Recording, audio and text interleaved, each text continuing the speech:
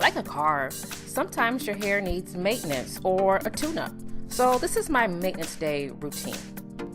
I have a lot of gray hair, more than what's showing up on camera right now. So step one is to dye those gray hairs back to oblivion. I am not ready to embrace the gray by any means, not at least for another 25 to 30 years. I do use permanent dye to cover my gray roots. That is what works best for me. I start by putting a puppy pad down for easy cleanup. The dye that I use is by AGEbeautiful and it's color 3NN, darkest intense brown. I use a 20 volume cream developer for maximum gray coverage. I prefer to use a plastic applicator bottle, but you can also use a bowl and a dye brush as well.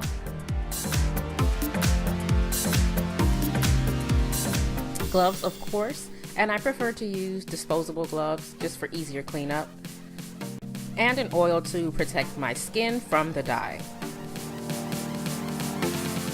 So this dye has an easy 1-to-1 mixing ratio, and what that means is that you use the same amount of developer and color. This is a cream color and it comes in a 2-ounce tube. There is also a liquid version, but I prefer the cream just because it's less messy.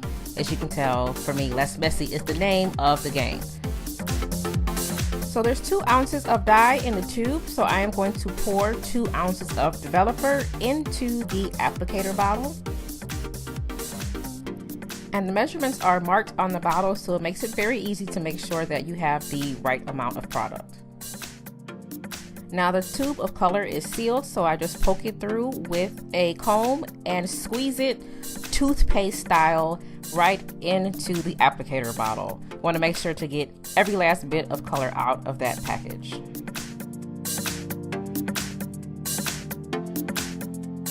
And put the cap on and mix it all up, and now it is ready for application. I use the hair honey to apply to my 5-head and my face and my ears so that I'm not dyeing my skin along with my hair. And I'm always sure to wear a dark shirt. I think I wear this same shirt every single time I dye my hair. And dark pants too, because I've dyed my butt before. I don't know how that happened, but I've done it.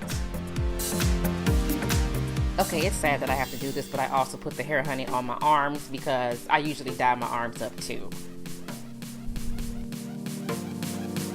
And now it is time to apply the hair color.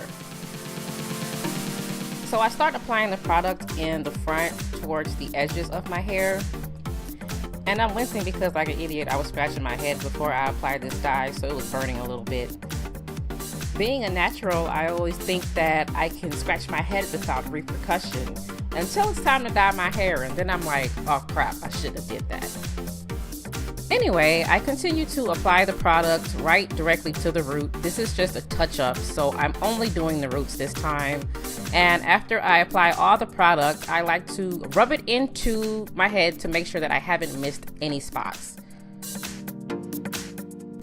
I make sure to apply the last bit of product to the front to make sure that those disrespectful grays are going to be well covered and not make a surprise appearance.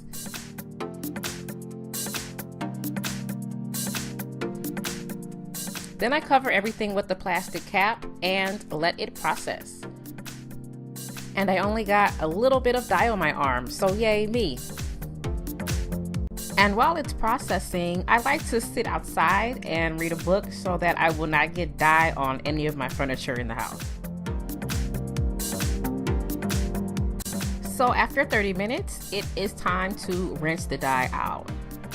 Y'all, please bear with me. When I was recording this, I was so worried about my butt showing that I forgot about my boobage. So yeah.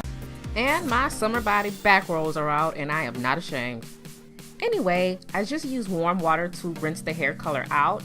I keep rinsing until the water runs clear. I do not use shampoo or any type of product to rinse the color out, just water. And as you can see, now the water is running clear and the product is pretty much all out of my head. Y'all, this is my favorite deep conditioner ever, and I really love to use this product when I feel that my hair needs a pick-me-up, and maintenance day is the perfect time to use it. So I like to put my hair up into 2 buns during the deep conditioning process. And I am out of Bay deep conditioner, so I am so sad, but I just cover with the plastic cap and pick up another book. And it was raining outside, so I had to come inside. But I just let the deep conditioner sit for at least 60 minutes. Sometimes I sit under the dryer for extra conditioning, but I didn't feel like doing that this time.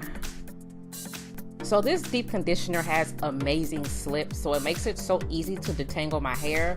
I start by finger detangling, and then I finish up with a comb to make sure that no shed hair is left behind. And that's actually less shed hair than I usually have. So my hair is looking glorious from the deep conditioner, and now it's time to rinse. So the deep conditioner is rinsed out, and I am about to trim my hair, the last step of maintenance day.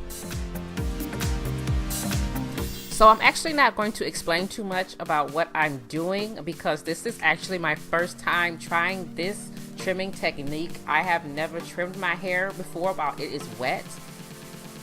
Now I am very comfortable trimming my own hair, and if I mess it up, then so what? It's just hair. But if you have the slightest bit of reservation, please do not try this at home.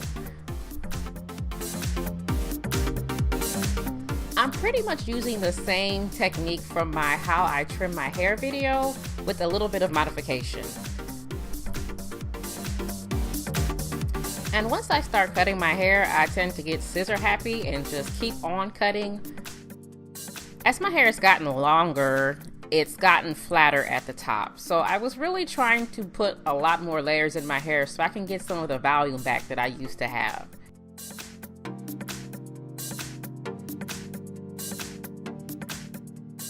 Overall, I was satisfied with the trim, and I definitely will cut my hair while it's wet again in the future, but there are definitely some adjustments to the technique that I will make. So now I'm just making sure that the pieces are even and just making sure that the shape is right once my hair dries out.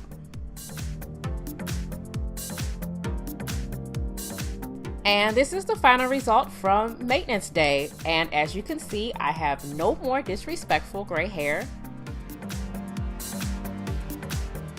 And my hair looks nice and healthy, and I did get a bit of volume and movement back in my hair. So overall, maintenance day was definitely a success.